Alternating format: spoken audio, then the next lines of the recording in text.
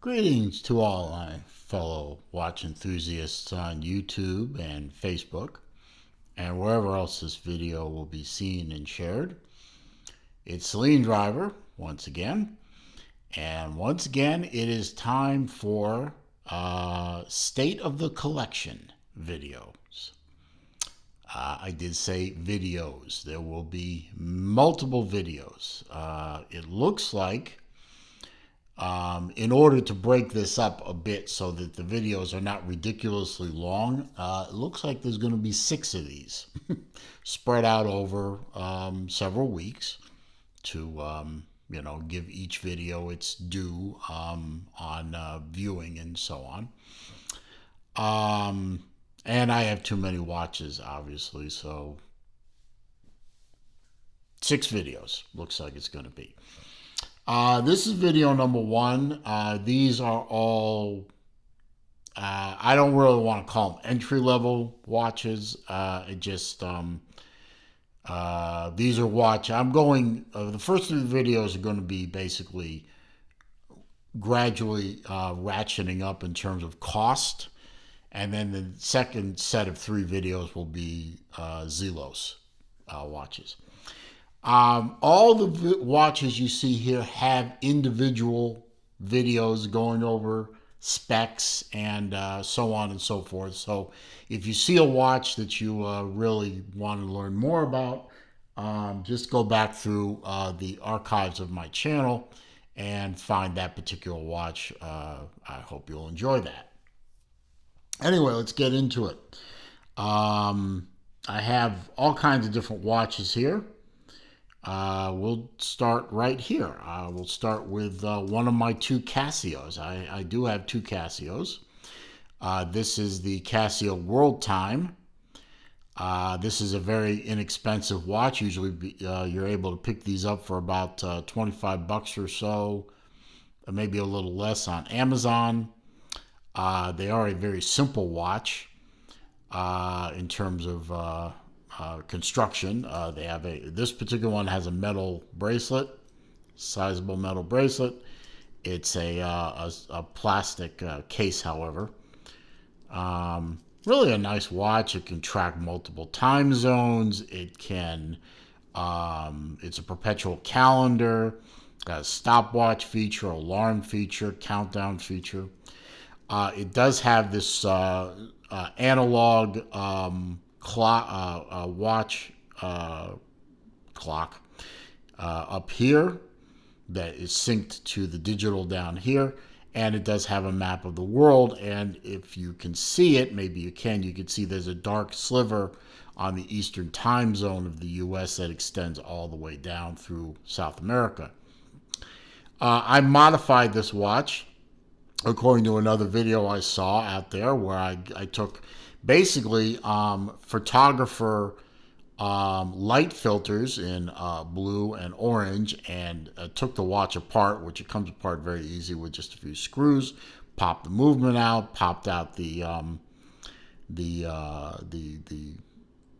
crystal assembly, and just used jeweler's glue to stick on these filters to give myself a nice little Florida Gator colorway on this watch. Give it a nice, unique look. And you know what? If you screw it up real bad, hey, it's a $25 watch. Whatever, right? Nice watch, though. Makes a great daily wear beater watch, grab and go kind of thing. Right next to it is my other Casio Square. This is a Casiotron. Named so because of the grid pattern laser engraved into the entire watch, including the bracelet, of course. It's a limited edition watch. As you can see somewhere on there, it says limited edition. This is my first Square purchase. Random Rob, my friend Random Rob of the Random Rob channel, loaned me his for a little while, and I liked it so much I decided to pick one up on my own. I've not been bitten by the G-Shock Square bug like other guys on Random Rob's Patreon/Discord group, but I do like this one. Moving on into the front row, I have one of my two Bulova, not Bulova, Bulova Accutrons. This one, both of these were purchased from a Bulova repair and restoration guy up in, I believe it's Illinois. His name is Robert Piker. And you can find him at mybob.net on the interwebs. And he does nothing but sell, repair, and restore Bulova Accutrons, the old ones, the ones with the ones with the humming electrical tuning fork mechanism. I'll get to this one in a minute. This one is a one-off. This one is a custom. Bulova didn't actually make a railroad-approved Accutron watch in a 14-karat gold case. I asked Bob to make me one, and he did. You can see the crown is on the back side, and it is a 14-karat gold alpha style case with the Bulova railroad hands and face and dial and all that. Lovely little watch, and I do mean little watch. I think this is only like 34, 35 millimeters, so it is a very small watch. And this is one that Bulova actually made this. I just bought this from Bob. This is a space view, basically a skeletonized Accutron. This one is in 14-karat white gold, which is somewhat rare. You can see the 14-karat gold there, right there. These are harder to come by than the yellow gold. And yes, the hour hand is off. I think this watch needs to go back to Bob for a little bit of attention. I don't know why that hand is so goofy like that. I really don't, but I'll send it back to Bob and he'll make it right again. So and these two watches are very old, actually. I believe this is a 62 vintage, 61, 62. This one I know is 1961. That makes this, as of shooting this video, 54 years old, almost 55 years old. And it is still running, and it is still very accurate. It does eat batteries rather quickly, but it is still running, and it is still an accurate watch. Where do we go from here? Let's go here. Let's go to my Comet. This is my Comet chronograph in the Gulf Racing colorway. If you are an auto racing enthusiast, especially road racing, you will recognize this as a Gulf Racing colorway, the light blue, sky blue with the orange. This watch was a Kickstarter campaign that didn't happen, unfortunately. It got to about 55-60% funded and stalled out and did not get funded. I was in contact before the campaign started and afterwards with the owner of Comet, and I begged him to sell me the prototype because I really, really wanted this colorway. And after a few months, after the holidays, about a year or so ago, he finally said, okay, I'm ready to sell this watch now that I'm back home and the holidays are over and everything and so on. And he sold me the one and only Comet prototype. And it is, fully functional watch. I mean, this was basically a production watch. There was not any difference between this one and the you can see it's beautifully sweep back resets to zero. It's a fully functional watch, and I wear this fairly often. I put this on a collar strap because I liked it better than the factory strap. Nice watch. I'm really grateful to the owner of Comet for selling this to me. And it's definitely a watch I cherish. Let's see. We have my Squalls. I did sell one of my Squalls. I sold the green one, the greenish one, but I kept the blue one. This is the first Squall I picked up. And for some reason, Squalls are very controversial watches. I don't know why. I mean, they're a wonderful little watch. Well built. We know the history of Squall is they were building cases for other dive watch makers before they started making their own. I mean, they understand they built cases for Blancpain, they built cases for Doxa, they built cases for themselves, they built cases for several watch manufacturers. And the watch, you know, yeah, the pip doesn't line up perfectly, but, you know, I don't mind that so much. I'm not really going to dive with this watch. The polish is in fantastic shape. I just love this watch. I think the one that really causes the controversy is the one next to it, because for some reason it's a love-hate relationship with Tristano, TGV over at Urban Gentry channel. He worked with Squall to come up with the Lion Shark, it's called. And you can see it says Lion Shark up there at the top. This was basically this watch here, the 1521 case, only instead of a date window at the 3 o'clock position, there's just an indice, a bigger indice to match the ones at the 9 and 12 position. You have a unique to this watch red bezel insert, and yes, I know there is some damage to this one. That's the way it came when I got this. I'm the second owner of this watch. There were only 100 of these. They came with some special little pieces in the watch kit, and it's just another great. And this bezel actually lines up better than the blue one. It's a great 1521 style Squall.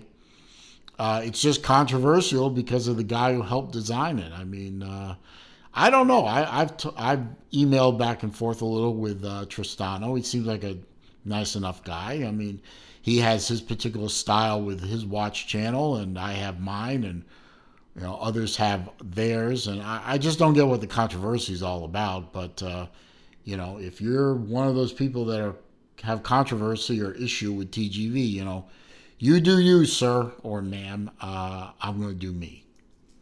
Next watch in this grouping is my Pogue, and yes, I know the inner track, the chapter ring is off. I will get that fixed eventually. This watch causes me some controversy every time it appears on my channel because everyone's saying it's not a Pogue, it's not a Pogue. The chapter ring is wrong. No, it really isn't. I researched this, and this watch was available with a black chapter ring.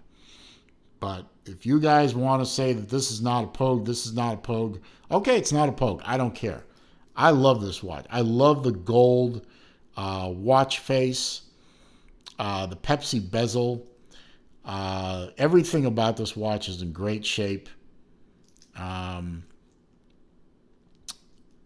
It was a good find for me. You know, and you know what? If it turns out down the line if I ever sell this watch that somebody says, you know, we tried to authenticate it and it's not a Pogue, it's something else.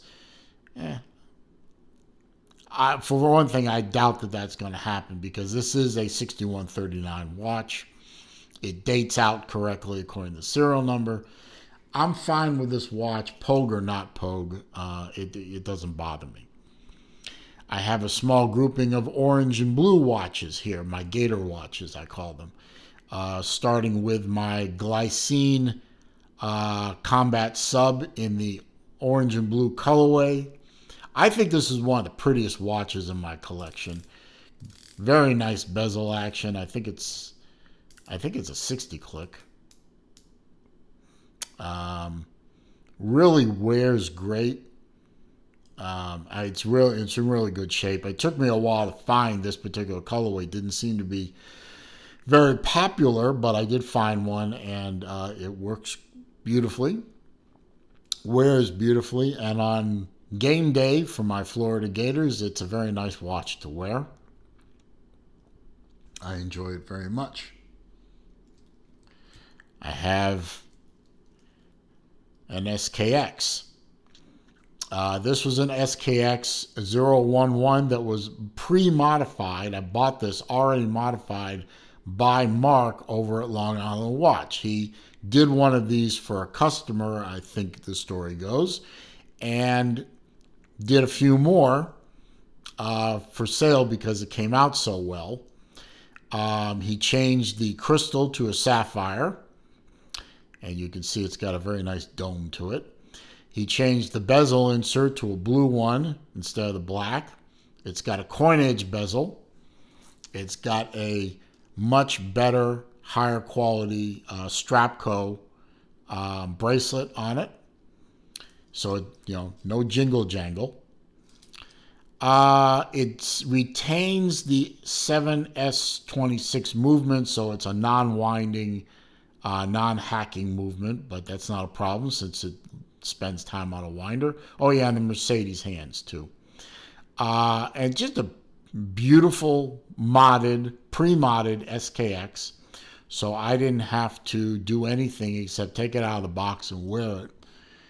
And that is nothing but a good thing for me.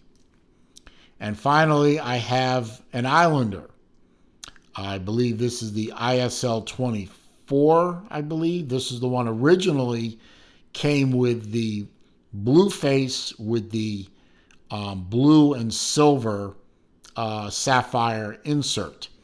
It was blue all the way around except for this part. I think it was from the 0 to the 15 or the 20 was in silver, so it actually was Detroit Lions color. But I wanted the orange insert, so I bought an orange insert online and managed to get the bezel off without damaging the watch. It's the first time that ever happened because I used blue painter's tape all around the perimeter. I finally thought of that one, where actually it was suggested to me, so I didn't think of it. Unfortunately, when the sapphire bezel came off, the original one, it destroyed itself. The paint just ate itself up. But you can see the bezel action is still great, so I was obviously able to reassemble the watch successfully.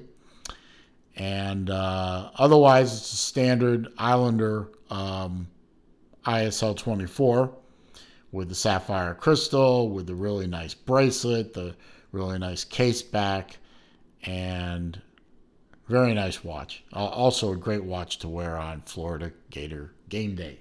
Although the blue is not the correct blue. This is more the correct blue, or this one. Obviously, this blue is too light, but, what can you do? Finally, I have my little aliens group here from Seiko. I did have the Space Marine watch too. I'm trying to sell that watch as I make this video. So when you watch this video, I may have already sold it. So I'm not counting it as part of my collection since it's been taken out for sale. But I still have the other 3 for the time being. And of course, this is the Ripley. This is the one everybody wants. And this one is number 1105 out of 3000. And this one is, as you can see, a working watch. Chronograph works and everything. Everything resets to 0. It's a beautiful watch. It's in great shape. I really like it. I do wear this watch occasionally. It's actually a very comfortable watch to wear. This little overhang here doesn't bother you at all, really. And as a timepiece, I mean, it's a quartz watch. It's a good grab and go watch. But this is the I did have this one in black too, but I never wore that one. I just didn't bond with it, and I did sell it eventually. It's, I believe, in Australia now. That took about 6 weeks to get there too. Right next to it, I have the Bishop. This is an original Bishop, and it too is also a fully functioning watch. As you can see, it's ticking away very nicely there. Everything lines up pretty well. Chronograph works. You can see that, you know, I guess that's 1/10 of a second or whatever. Chronograph works very well. And resets to 0 very nicely. Nice watch. Again, I do wear this occasionally. It is in great shape. And finally, I have the Burke. This is the one that Carter Burke, the smarmy little executive played by Paul Reiser, wore in the movie. This one works as well. It is a functioning anti-digi watch. The crown is a little bit goofy. It's a little overly sensitive. It doesn't set the hands. It does set the hands, but you've got to play with it a bit. But the pushers work. The LCD, everything works on this watch. It's a really nice vintagey watch. I do wear this one occasionally too. Yeah, this one was really hard to find. Anyway, that is part 1 of the State of the Collection. I hope you enjoyed it. If you like the video, please give me that thumbs up. That does help the channel. It does help with the searchability of the channel, and the more thumbs up you get, the more likely that the channel will be found on a search, and the higher up on that search it does appear. So thumbs up does help. Comments, questions, suggestions down below. I read them all. I respond to them all. However, if you're going to be a nasty little troll, or you're going to leave links on there to take you off to spam sites, I will delete the comment so it is never seen, and then I will block you so that you are not seen. If you're new to the channel, of course, welcome. Glad you're here. Hope you enjoyed the video. Feel free to watch as many of my other videos as you want.